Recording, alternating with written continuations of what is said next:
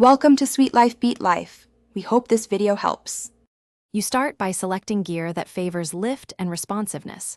Once done, pick a lightweight cart and a character with strong acceleration so you can reach ramp speed quickly. Next, calibrate controller dead zones and set analog sensitivity to mid-high so small inputs register. Make sure to practice the jump boost timing. Press jump right at the end of the ramp's boost animation. This initial precision builds consistency and lets you chain higher jumps later. So train short repeats until it becomes reflex. Now you refine the mid-phase, how you steer and chain boosts while airborne.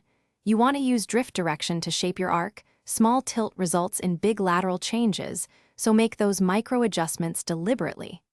Once airborne, time a secondary boost about 1/2 second after the initial jump to add height and distance. Also, conserve your ground turbo on approach. Use it to enter the ramp fast, then trigger the in-flight boost sequence to maximize vertical lift. Practice combining steering with boosts to control landing. Finish by focusing on clean landings and quick recovery.